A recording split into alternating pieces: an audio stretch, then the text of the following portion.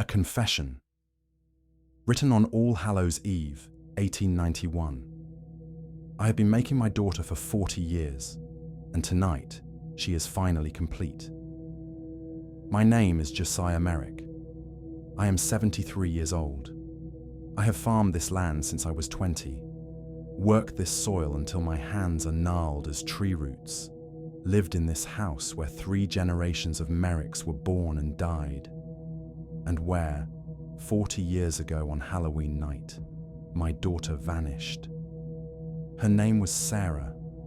She was 8 years old. She disappeared from our fields on October 31st, 1851, while I was cutting the final sheaf of corn for the harvest doll. I never found her body, never learned what took her, never had the comfort of burial or the closure of knowing. But I found her dress in the field that night, torn and bloodied, abandoned in the furrows where the corn had stood.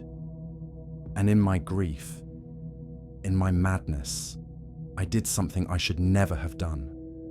I made that year's harvest doll using her dress, convinced myself that if I could not have Sarah, I could at least have something of her, something to keep, something to preserve. I told myself it was tradition, that the harvest spirit had claimed her, that she had become part of the land, part of the grain, part of the cycle of death and rebirth that governs all farming.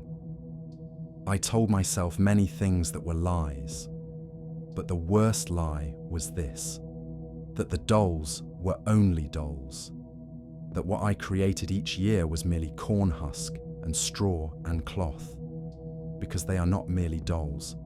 They are pieces of Sarah, fragments of my daughter, reassembled year by year, growing more complete, more accurate, more alive. And tonight, this 40th Halloween, the final piece has fallen into place. Tonight, Sarah is coming home, all 40 versions of her, walking across my fields, coming toward the house. Let me tell you what I've done. Welcome to Fright Club. Subscribe for more folk horror. Comment where you're watching from. Now, the harvest tradition. The harvest doll is an old tradition, older than Christianity, older than the church that tried to suppress it. At the end of harvest, the farmer cuts the final sheaf of corn and fashions it into a figure. A doll representing the corn spirit, the essence of the harvest, the life that sustained the community through winter. Some burn the doll to release the spirit. Some keep it through winter and plough it back into the fields at spring planting. Some hang it in the barn for luck. My family has always made the doll on Halloween night and kept it for exactly 1 year before replacing it with the next. A cycle of renewal. A recognition that each harvest is both an ending and a beginning. I had made dolls every year since becoming master of the farm at age 20. Simple things, crude figures shaped from the final cornstalks, tied with twine, dressed in scraps of cloth. They hung in my barn, one at a time, marking the passage of years. But in 1851, I made a doll unlike any before. Sarah disappeared on Halloween afternoon. She'd come to the field to watch me cut the final sheaf. She loved the ritual, loved the tradition, always begged to help me tie the first knots. I was working in the north field, the one farthest from the house. Sarah was playing at the field's edge, picking dried flowers, singing to herself. I turned away for a moment. When I looked back, she was gone. I called her name, searched the field, ran back to the house thinking she had returned home. My wife hadn't seen her. We searched together, called neighbors, organized a search party that scoured the property until dawn. We found nothing except her dress, her favorite dress, the blue one with white flowers. Found it lying in the furrows, torn down the back, stained with something dark that might have been blood or might have been soil. But no Sarah, no body, no evidence of what had taken her or where she had gone. The authorities investigated, suspected foul play, questioned neighbors, travelers, anyone who might have been near the farm that day. Found nothing. Eventually concluded she had been taken by some passing predator. Human or animal, they could not say. The case went cold. We held a funeral without a body, buried an empty coffin, tried to move on, but I could not move on. Could not accept that Sarah was simply gone, could not process the absence without some tangible remnant to anchor my grief. That night, November 1st, still technically All Hallows season, I went to the barn where the final sheaf of corn waited, uncut. I had abandoned the harvest ritual when Sarah disappeared, left the corn standing, but now I returned to it. Needed the familiar pattern, needed the tradition to give structure to chaos. I cut the final sheaf, I shaped it into the doll, and I dressed it in Sarah's torn dress. I told myself it was practical, that the dress was ruined anyway, useless for any other purpose. That using it for the harvest doll was simply putting it to use rather than discarding it. But the truth was deeper and darker. I wanted to keep something of Sarah, and if I could not keep her body, I would keep an effigy, a representation, a doll made from the last harvest she had witnessed, wearing the last clothing she had worn. I shaped the corn stalks carefully, more carefully than I had ever shaped a harvest doll before. I tried to give it proportion, form, a semblance of human structure. It didn't look like Sarah. It was too crude, too simple. Just a corn husk figure in a child's dress. But it was something to hold, something to talk to during the long winter nights when grief made sleep impossible. I hung it in the barn as tradition dictated. And throughout the winter, I found myself visiting it, standing before it, speaking to it as though Sarah could hear. "I don't know where you went," I would say. "I don't know what took you. But if any part of you remains, if the harvest spirit claimed you, if you became part of the land as the old stories say, then maybe some part of you is here, in this corn, in this doll." My wife thought I was losing my mind, begged me to remove the doll, to stop this obsession, to let Sarah go. But I could not let her go, would not let her go. When the next harvest came, October 1852, I made a new doll according to tradition, cut the final sheaf, shaped it into human form. But this time, I was more skilled, more intentional. I studied Sarah's features from memory. I tried to capture the tilt of her head, the proportion of her limbs, the way she had stood and moved. And I dressed the new doll in another piece of her clothing, a hair ribbon I had saved, a tiny fragment of fabric tied around the doll's head where hair would be. I stored the first doll in the barn's loft and hung the second in its place. By the third year, I was shaping the dolls with real care, real artistry, trying to create not just a harvest effigy, but a representation of Sarah herself. I added more details each year, used finer materials, found pieces of her clothing, her possessions, anything that had touched her, a button from her coat, a scrap from her winter dress, a handkerchief she had embroidered. Each doll incorporated something of Sarah. Each doll looked more like her than the last. And each year, I kept all the previous dolls, stored them in the barn loft. Could not bring myself to destroy them or plough them back into the fields as tradition suggested, because they were all Sarah, each one a version of her, each one a piece of my attempt to bring her back.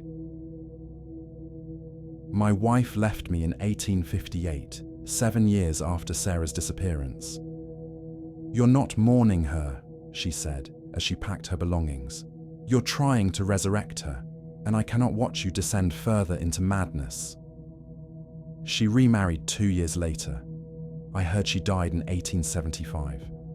I did not attend her funeral. I was alone on the farm after that, alone with my fields and my harvest and my dolls. Every year, the ritual repeated. Cut the final sheaf on Halloween. Shape the doll through the long autumn night. Dress it in something of Sarah's. Add it to the collection in the barn loft. By 1870, 20 years after Sarah's disappearance, I had 20 dolls. 20 versions of my daughter, each more refined than the last. The early ones were crude, barely human. The later ones showed real craft, real resemblance. I had gotten better at capturing her features, the shape of her face, the angle of her shoulders, the way her hands would rest. I no longer had her clothing to use. I had exhausted those possessions years earlier, so I made new clothing. Sewed small dresses from fabric I purchased in town, made them in the style Sarah had worn, the colors she had loved. The dolls became more elaborate, more detailed, more real. And I began to notice something strange. The dolls were changing, not immediately, not overnight, but gradually, over the course of each year. The dolls in the loft seemed to shift, to settle, to become more defined. Features that had been roughly suggested when I first made them became clearer. Proportions that had been approximate became exact. Details I had forgotten or gotten wrong seemed to correct themselves, as though the dolls were teaching themselves how to be Sarah, as though each one was learning from the others, as though together they were assembling a complete picture of who she had been. I told myself it was my imagination, that I was seeing what I wanted to see, that grief was distorting my perception, but I knew better. The dolls were becoming Sarah, piece by piece, year by year, version by version, and I was helping them. By 1880, 30 years after Sarah's disappearance, I had 30 dolls stored in the loft. I barely farmed anymore. The fields had shrunk to the minimum necessary to produce one final sheaf of corn each October. The rest of the land lay fallow. The barn was falling apart. The house was nearly empty. I had sold everything of value to sustain myself through the winters. But I continued the ritual, continued making the dolls, continued adding to the collection. Because by then, I could see what was happening, could no longer deny it. The dolls were alive, not moving, not yet, but alive in some essential way. I could feel it when I entered the loft, could sense their awareness, their presence, their gradual accumulation of consciousness. Each doll represented 1 year of Sarah's life, if she had lived. The first doll was Sarah at age 8, the age she was when she disappeared.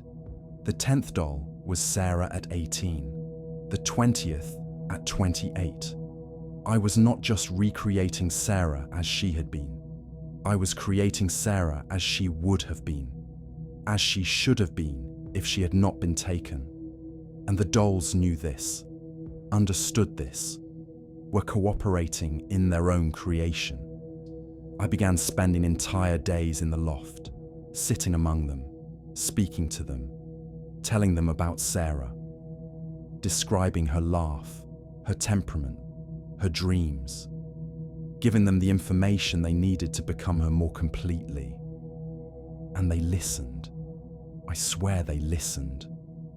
Though they had no ears, though they were only corn husk and cloth and straw, they absorbed what I told them. Each year, the new doll I created was more perfect than the last, more accurate, more alive. I was getting close, getting so close to bringing her back. Just a few more years, just a few more dolls, just a few more pieces of the puzzle, and Sarah would be complete. Last year, 1890, the 39th harvest, I made the 39th doll. It was perfect, or nearly so. Every detail correct, every proportion exact. The face was Sarah's face. The hands were Sarah's hands. The posture was exactly how she had stood. If she had lived to age 47, this was what she would have looked like. I dressed it in a blue dress with white flowers, not the same dress she had worn, which had been destroyed by time and wear, but a new dress made to the same pattern. I tied her hair, real hair, I had saved a lock, around the corn husk head. I hung it in its place in the loft and looked at all 39 dolls arranged around me, and for the first time I felt fear, because they were no longer separate objects. They had become one thing, one entity, one distributed consciousness spread across 39 forms. They were all Sarah, different ages, different versions, but all her. All pieces of the same person, assembled over 4 decades, waiting for the final piece. The 40th doll, the completion, the moment when the fragmentary would become whole. I knew what would happen when I made the 40th doll. Knew it with certainty, beyond reason or evidence. They would move, they would wake, they would come together, and Sarah, the Sarah I had been creating for 40 years, would exist.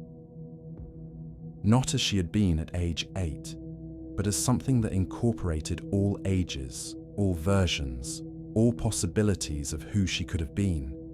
I should have stopped, should have broken the pattern, should have refused to make the 40th doll. But I had come too far, spent too much, sacrificed too much. I needed to finish what I had started, needed to see if I could really bring her back, needed to know if my daughter could return. This year, October 31st, 1891, tonight, I cut the final sheaf of corn.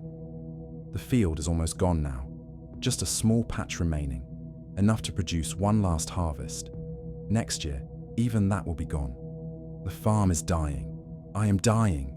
Everything is ending. But tonight, I have enough. Enough corn for one more doll. The 40th. The final. I brought the sheaf to the barn and worked through the evening, shaping it with hands that shook from age and anticipation and fear. I made it exactly Sarah's size if she had lived to age 48. Exactly her proportions. Exactly her features. I dressed it in the blue dress with white flowers, tied the hair ribbon, positioned the hands just so. It was perfect. Identical to the others, yet uniquely itself. The final piece of the puzzle I had been assembling for 4 decades. I climbed the ladder to the loft, carrying the 40th doll, intending to hang it with all the others. But when I reached the loft, I found it empty. The 39 dolls were gone. I searched frantically, checked every corner of the loft, descended and searched the barn below, looked in storage rooms, in stalls, everywhere they might have been moved. Nothing. They had vanished as completely as Sarah had vanished 40 years ago. Then I heard it. A sound from outside. Multiple sounds. Footsteps. Many footsteps. I went to the barn door and looked out across the field. And I saw them. All 39 dolls. Walking. They moved stiffly, awkwardly, like creatures learning to use limbs for the first time. But they moved with purpose, with direction. They came across the field in a line, one behind the other, arranged by age. The smallest, the first doll, Sarah at 8, led the procession. The largest, the 39th doll, Sarah at 47, came last, all walking toward the barn, toward me, toward the 40th doll I held in my arms. I should have run. Should have fled into the house and barred the doors. Should have dropped the doll and escaped while I could. But I was transfixed, because this was what I had wanted. What I had been working toward for 40 years. Sarah was coming home. The dolls reached the barn, formed a semicircle around me.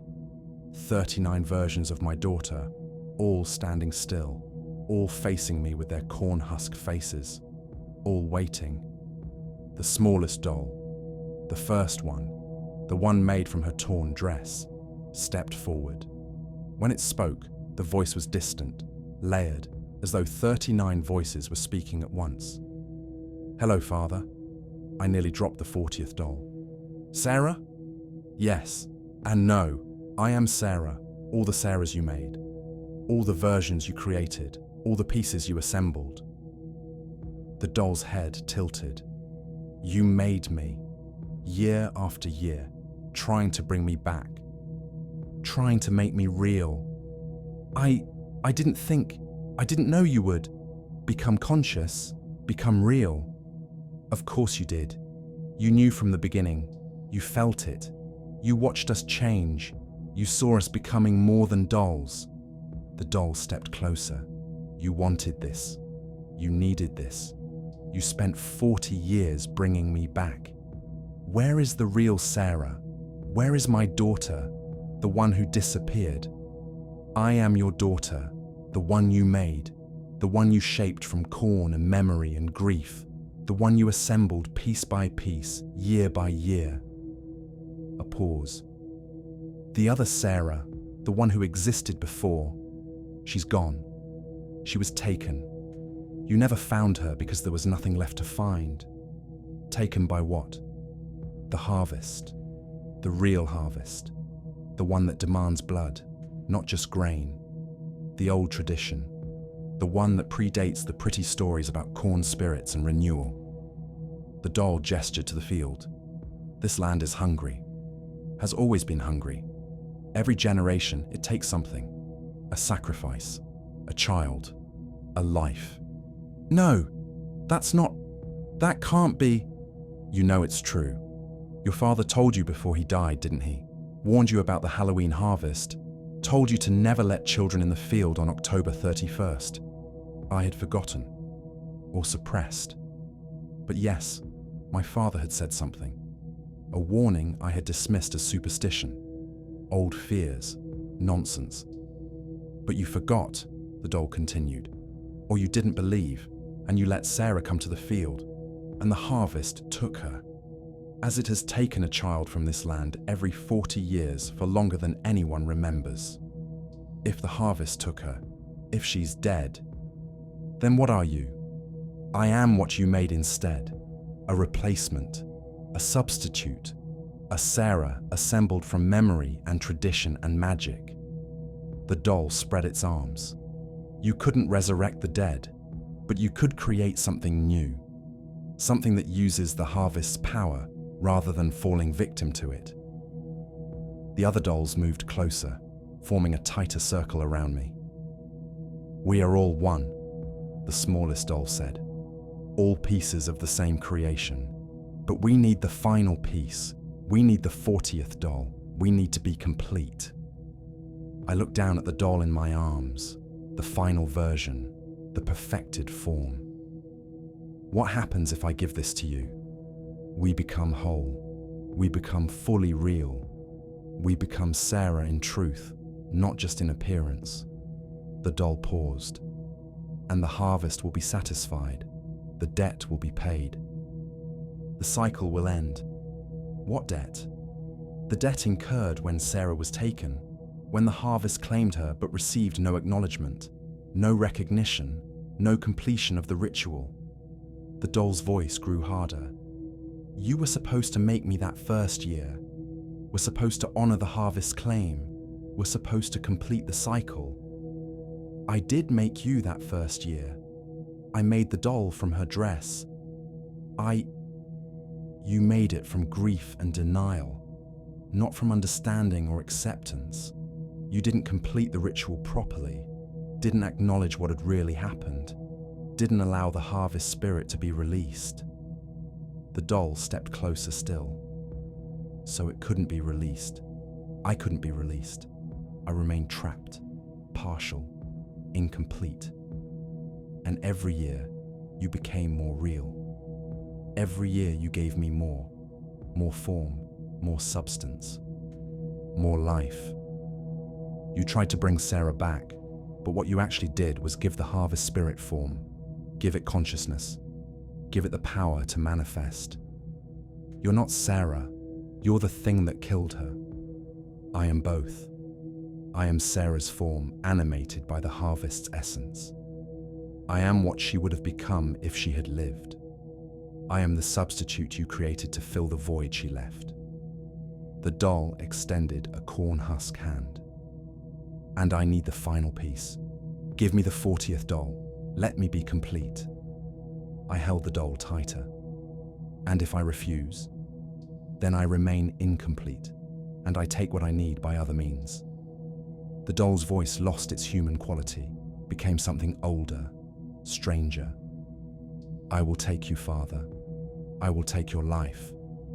I will feed you to the harvest, as you were supposed to feed Sarah. And I will use your essence to complete myself. The other dolls moved closer. Their corn husk hands reached toward me. I had no choice, no escape, no way to undo 40 years of grief-driven creation. I extended the 40th doll toward them. The 39 dolls converged. Their hands touched the 40th doll, touched each other, formed a circle of contact, a web of connection. And they began to merge, not physically at first, but their forms blurred. The distinctions between them faded. The smallest and largest, the crudest and most refined, all began flowing together like water seeking one level. Corn husk and cloth and straw and ribbon, and all the small pieces of Sarah I had incorporated over 40 years, all of it swirled together, reorganizing, reconfiguring, becoming something new, something that was no longer 40 separate dolls, but one singular entity. The form that emerged was human-sized, woman-shaped. It wore the blue dress with white flowers. It had Sarah's face, not the face of the 8-year-old who had disappeared, but the face of the 48-year-old she would have become. It opened its eyes. They were corn kernel gold, inhuman, beautiful, terrible. Thank you, Father, it said with Sarah's voice. I am complete now. I am real. I stared at what I had created, my daughter and not my daughter, the harvest spirit given human form, 40 years of grief and magic and tradition condensed into one impossible being. What will you do now? I whispered. Live. I will live the life Sarah never got to live. I will walk in the world. I will be real. It looked down at its hands, flexing fingers that were no longer corn husk, but something between plant and flesh. You gave me this. You made me. You brought me into being through 40 years of devotion. I tried to bring Sarah back. You did bring Sarah back, just not the way you intended. It moved closer. I have all her memories. Everything you told me over 40 years. Everything you described. I know how she laughed, how she loved flowers, how she wanted to see the ocean someday. You're not her. I am what you made of her. I am the Sarah who could have been, the Sarah assembled from love and loss and the power of tradition. It touched my face with a hand that felt almost human. Thank you for making me. Thank you for not giving up. Thank you for bringing me into existence. Will you stay? Will you? No. I cannot stay here. This place is death. This farm is ending. You are ending. Its voice softened. But I will live. I will go into the world and be Sarah Merrick. I will have the life she was denied. I will see the ocean for her. I will live for both of us. And the harvest, the debt, paid. You paid it with 40 years of labor, 40 dolls, 40 versions. The harvest has been honored. The cycle is complete. No more children will be taken from this land. It stepped back. You can rest now, Father. You can stop. Your work is finished. It turned and began walking toward the road, toward the world beyond the farm. I wanted to call it back, wanted to keep it here, to have my daughter, this version of my daughter, remain with me. But I knew I could not. It was not mine to keep. It was its own creation now, its own being. I watched it disappear into the darkness beyond the barn's light, and I was alone again, as I had been for 40 years, as I would be until I died. But the barn loft was empty, the dolls were gone, the 40-year project was complete. Sarah had come home, and Sarah had left, and I had finally finished what I started. I write this on November 1st, 1891, the day after Halloween, the day after Sarah returned and departed. I am dying. I have been dying for years, but now the end is close. I can feel it. The harvest spirit took what it needed to become complete, and in taking it, it took some essential part of me. I will not live through winter, will not see another spring, will not make another harvest doll. The farm will return to wild land. The fields will grow over, the barn will collapse, the house will decay, and in a generation, no one will remember that a girl named Sarah Merrick disappeared on Halloween night 1851. No one will remember the 40 years her father spent trying to bring her back. But she is real now. She exists. She walks in the world somewhere, living the life that was stolen from her. I do not know if I did right or wrong. I do not know if I saved her or created a monster. I do not know if I honored her memory or desecrated it. I only know that I loved her, that I could not let her go, that I spent 40 years trying to undo what could not be undone, and that in the end, I brought something back. Perhaps not Sarah as she was, but Sarah as she could have been. Sarah given form through grief and tradition and the old power that sleeps in the soil. The harvest claimed my daughter, but I claimed her back, piece by piece, year by year, doll by doll, and now she is free. May she find the ocean she always wanted to see. May she live the life she was denied. May she be real. Josiah Merrick died December 15th, 1891, alone in his farmhouse. His body was discovered 3 days later by a neighbor concerned about smoke no longer rising from the chimney.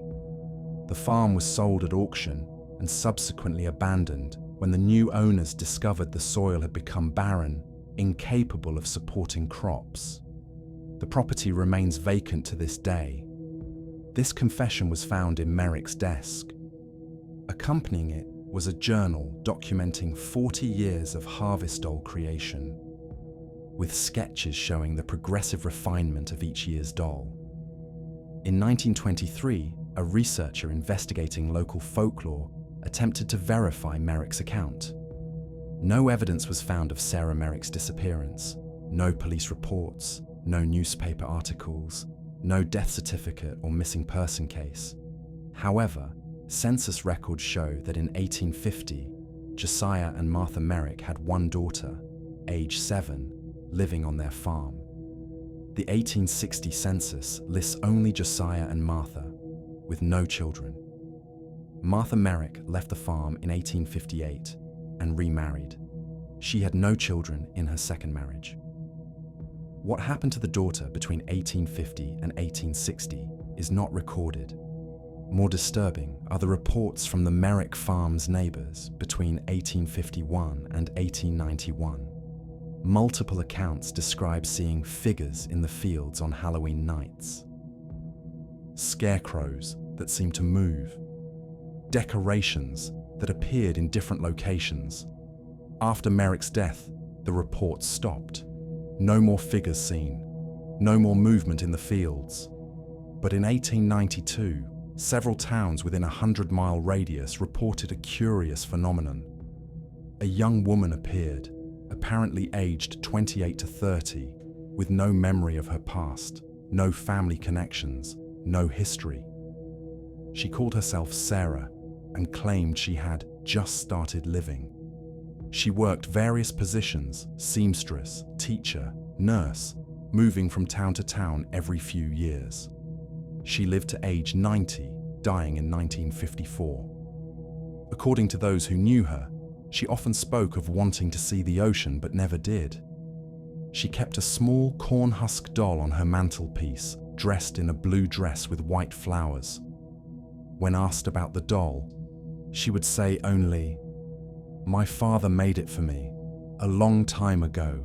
She had no family, no children, no one to inherit her small possessions when she died, except the doll, which was found missing from her home after her funeral." And every Halloween since 1954, residents of the abandoned Merrick farm report seeing a figure in the field, a woman in a blue dress, standing where the corn used to grow. She appears at midnight, remains until dawn, then vanishes. Some say she's waiting, others say she's guarding. A few say she's still assembling something, piece by piece, year by year. The old traditions die hard, and some harvests are never finished.